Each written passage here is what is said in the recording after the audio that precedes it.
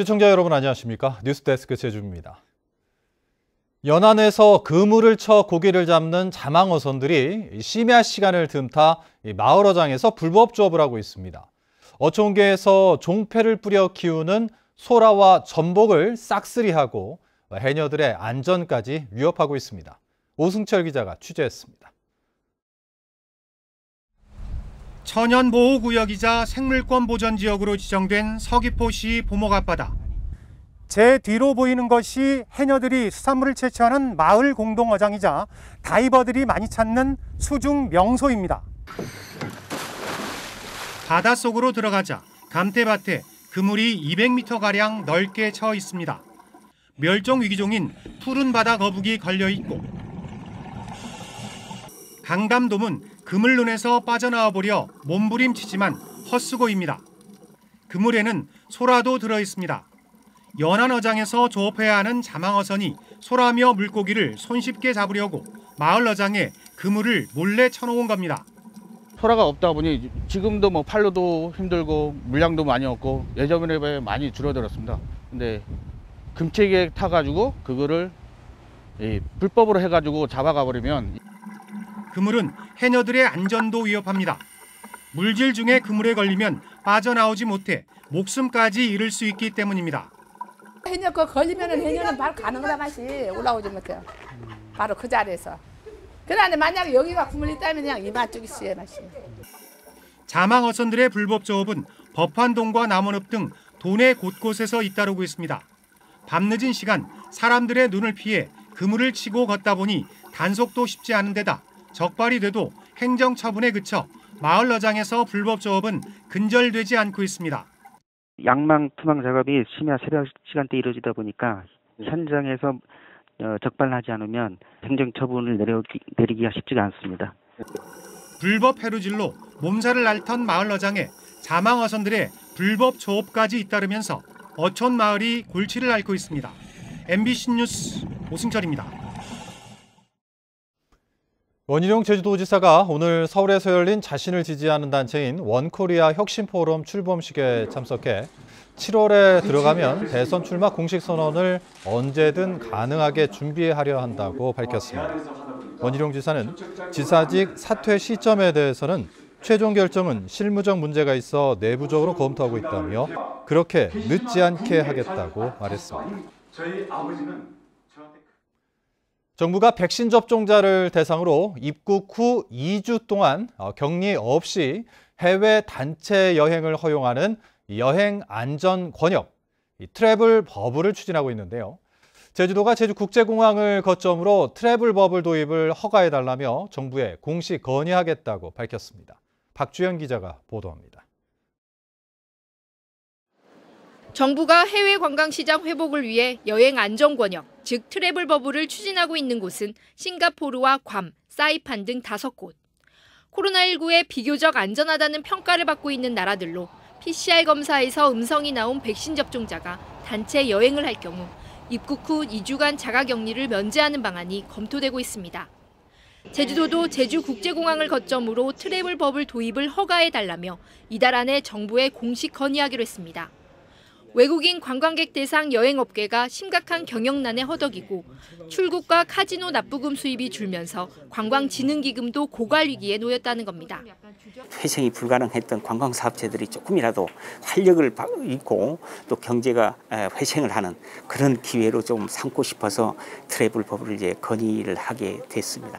제주도는 공항에 단체 여행객 방역존과 별도의 검역 장소를 마련하고 여행사의 방역전담 관리사를 지정해 여행객 상태를 주기적으로 확인하는 방역망을 갖추기로 했습니다. 제주관광공사 등과 전략팀을 꾸려 특화 상품도 개발한다는 계획입니다. 하지만 반응은 엇갈리고 있습니다.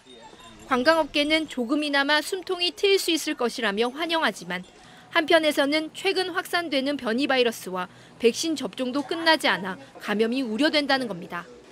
너무 침체가 되다 보니까 해외에서 들어오고 또 들어오다 보면 다른 나라에서 아니면 또 국내에서도 좀 많이 좀 활성화가 되셔가지고 들어오시면 당연히 도움이 되시겠죠.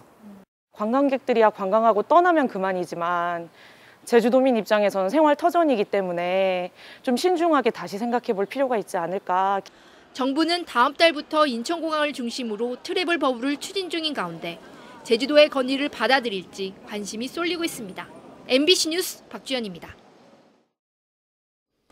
제주도는 영국발 알파 변이 바이러스 감염자 8명이 추가로 확인돼 도내 확진자 중 변이 바이러스 검출자는 89명으로 늘었다고 밝혔습니다.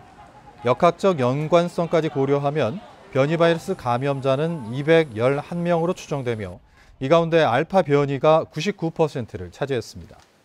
또 지난 2월 이후 도내 확진자의 30%는 변이 바이러스 감염자로 추정됩니다. 한편 제주적 백신 접종률은 28.6%인 가운데 지난 1일 아스트라제네카 백신 1차 접종을 마친 60대 남성이 혈소판 감소성 혈전증 의심 사례로 신고 접수됐습니다. 내년부터 10년 동안 제주 지역 법정 최상위 계획이 될 제3차 제주국제자유도시 종합계획 공청회가 열렸습니다. 제주의 미래를 어떻게 설계할 것인지를 놓고 전문가와 도민들이 뜨거운 토론을 벌였습니다. 조인호 기자입니다. 국제자유도시 종합계획 공청회장 앞에서 제2공항 건설에 찬성하는 단체들이 시위에 나섰습니다. 시민단체들은 기자회견을 열어 국제자유도시 실험은 실패했다며 폐기하라고 요구했습니다. 국토연구원은 2031년 제주 인구 100만 명에 대비해 제2공항 연계, 스마트 혁신도시와 청정 제주 트램, 중산간 순환도로와 국제교육도시 등을 핵심 사업으로 제시했습니다. 전문가 토론에서는 긍정과 부정적인 평가가 엇갈렸습니다. 제2공항에만 의존하지 않고 공공기관 이전을 통해서 생명력을 불어넣고 있거든요. 매우 다전략적이고 미래지향적이다. 제주 수용력에 대한 고민이 있었는가라는 생각이 많이 드는 부분입니다. 제주는 섬입니다. 그리고 한정된 땅과 자원을 갖고 있는 곳입니다. 제주의 현실에 맞지 않는다는 지적도 나왔습니다. 그 좁은 도로에 이 트램을 만들려고 그러면 승차대까지 합쳐서 양쪽으로 한 3차선이 포함이 됩니다. 교통이 더 복잡해지고요. 제주도에서 차지하고 있는 감귤의 산업 비중을 일단 생각을 해본다 그러면 감귤과 관련되어 있는 단어가 종합보고서 어디에도 사실은 없어요. 방청석에서는 비판이 쏟아졌습니다. 영어국제학교 그것도 여기 뭐 하겠다는데 거기 제주도민 몇 명이나 들어갈 수 있습니까? 1년에 6천만 원 하는 것. 이런 계획 하지 말자는 얘기하고 있습니다. 제주시를 더 비대하게 만들겠다는 거예요. 균형 발전을 얘기하면서 이렇게 계획을 내놓으니 이게 과연 우리 의원들도 이거 당연히 무결시켜야 되겠다. 이건 계획이 아니다. 제주도는 제3차 국제자유도시 종합계획안 동의안을 다음 달 도의회에 제출할 예정이지만 다수당인 더불어민주당을 중심으로 비판적인 의견이 많아 심의 과정에서 진통이 예상됩니다. MBC 뉴스 조인호입니다. 제주 상공회의소는 오영훈 국회의원과의 간담회에서 내국인 면세점 구매 한도 폐지와 전기차 세제 감면 연장 등을 요구했습니다. 또 50인 미만의 사업장은 주 52시간제 시행 여력이 없어 도입이 연기돼야 한다고 강조했습니다. 오 의원은 건의사항을 면밀히 검토해 정책에 반영하겠다고 약속했습니다. 제주 서귀포항에 정박 중인 화물선에서 하역 작업을 하던 노동자 2명이 추락해 다치는 사고가 발생했습니다. 이번에도 현장에서는 안전관리 감독이 제대로 이루어지지 않았습니다. 박성동 기자입니다. 컨테이너 한 개가 반쯤 기울어진 채 위태롭게 서 있습니다. 컨테이너 옆에는 목과 다리에 깁스를 한 남성이 누워 있습니다. 어제 오후 1시쯤 제주 서귀포항에 정박한 화물선에서 컨테이너 하역 작업을 하던 50대 노동자 A씨가 4m 아래로 추락해 골절상을 입고 병원으로 옮겨졌습니다. 함께 작업하던 30대 노동자 B씨도 다른 컨테이너 위에 떨어져 머리에 타박상을 입었습니다. 이들은 컨테이너 크레인 와이어를 대각선으로 2줄만 연결했는데 50cm가량 들어올리자 한쪽 고리가 빠져 풀어졌고 이를 다시 고정시키려 컨테이너 위로 올라섰다 중심을 잃고 추락했습니다. 컨테이너 모서리 4개를 모두 와이어로 연결해야 하지만 2곳만 연결해 작업을 하다 사고로 이어진 겁니다. 우리가 이렇게 작업을 사람 비치면 아주 저런 식으로 한 개 빠졌잖아요. 저런 게 빠질 수도 있고 걸긴 거는데 걸마다 예술을 올릴 때 좀 튕길 수도 있잖아요. 사고가 난 화물 선적입니다. 당시 화물선 안에는 신호수 1명과 작업자 2명이 있었는데 해경 조사 결과 안전관리 책임자는 이들이 보이지 않는 야적장에서 작업을 지시하고 있었습니다. 하지만 안전관리 책임자는 선박 외부 위험 요소가 많아 내부는 미처 신경 쓰지 못했다며 기울어진 컨테이너에 올라가라고 지시한 적도 없다고 밝혔습니다. 해운사 측도 줄이 끊어지거나 크레인이 전복된 것은 아니어서 관리부실 책임은 아니라고 주장했습니다. 다시 작업을 시작하는 만약에 한 5분도 안 됐나? 그렇게 해서 그렇지. 신호를 아무래도 빨리 끝내려고 하다 보니까 저 오후 내내까지 작업이 힘들잖아. 해경과 고용노동부는 작업에 위법사항이 있었는지 안전관리 책임자와 해운사 관계자 등을 상대로 조사에 착수했습니다.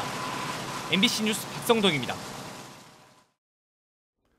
한림농협이 감사 직원에게 접대와 향응을 제공한 의혹과 관련해 전국농민회 총연맹과 전국협동조합노조 제주본부가 농협중앙회와 한림농협을 업무상 횡령과 청탁금지법, 감염병 예방법 위반 혐의로 경찰에 고발했습니다. 이들은 문제가 불거진 뒤 한림농협은 법인카드 결제 내역을 취소하고 접대에 쓰인 업무 추진비를 회수하는 등 사건을 은폐하려 하고 있다며 경찰에 엄정한 수사를 촉구했습니다. 치료사 등을 상습폭행한 국립대병원 교수에게 벌금형이 내려졌습니다. 제주지방법원 형사 1단독 신병지 부장판사는 지난 2016년부터 1년여 동안 제주대병원 치료실에서 환자를 치료하던 물리치료사를 꼬집고 발로 밟거나 차는 등 의료진 5명을 폭행한 혐의로 기소된 제주대학교 병원 교수 44살 A씨에게 벌금 1,000만 원을 선고했습니다. 심판사는 피고가 의사라는 지위를 이용해 치료사들을 반복적으로 폭행하고 피해자들과 합의하지 못했다며 다만 환자에게 직접적인 피해나 불편을 주지 않았고 반성하는 점을 고려했다고 밝혔습니다. 제주지방법원 형사 2단독 이장욱 부장판사는 음주교통사고를 내고 피해자와 경찰관을 폭행한 혐의로 기소된 47살 오모 씨에게 징역 1년에 집행유예 2년을 선고했습니다. 오 씨는 지난해 9월 서귀포 시내에서 혈중 알코올 농도 0.147%의 만취 상태로 운전하다 앞 차량을 추돌해 피해자와 출동한 경찰관에게 폭력을 휘두른 혐의로 재판에 넘겨졌습니다. 제주 4.3 평화재단은 올해 4.3 어버이상 수상자 30명을 선정했습니다. 수상자는 생존 수용인 2명과 후유장애인 3명, 희생자의 배우자 9명, 고령 유족 16명이며 최고령자는 108세입니다. 4.3 평화재단은 코로나19로 시상식을 취소하고 가정을 방문해 표창패와 시상금 100만 원을 수여했습니다. 제2회 제주 비엔날레가 오는 2023년 개최되는 것으로 잠정 결정됐습니다. 제주 도립미술관에서 열린 기자회견에서 이나연 관장은 효율적인 행사 진행을 위해 내년을 목표로 비엔날레 팀을 구성할 수 있도록 조직을 개편하고 인력을 확보해 오는 2023년에 개최할 수 있도록 하겠다고 밝혔습니다. 제주 비엔날레는 2017년 첫 행사를 연 뒤 2019년 2회 대회가 열릴 예정이었지만 관련 조례 제정과 조직 개편 등을 이유로 열리지 못했습니다. 뉴스데스크 제주를 마칩니다. 시청해주신 여러분 고맙습니다.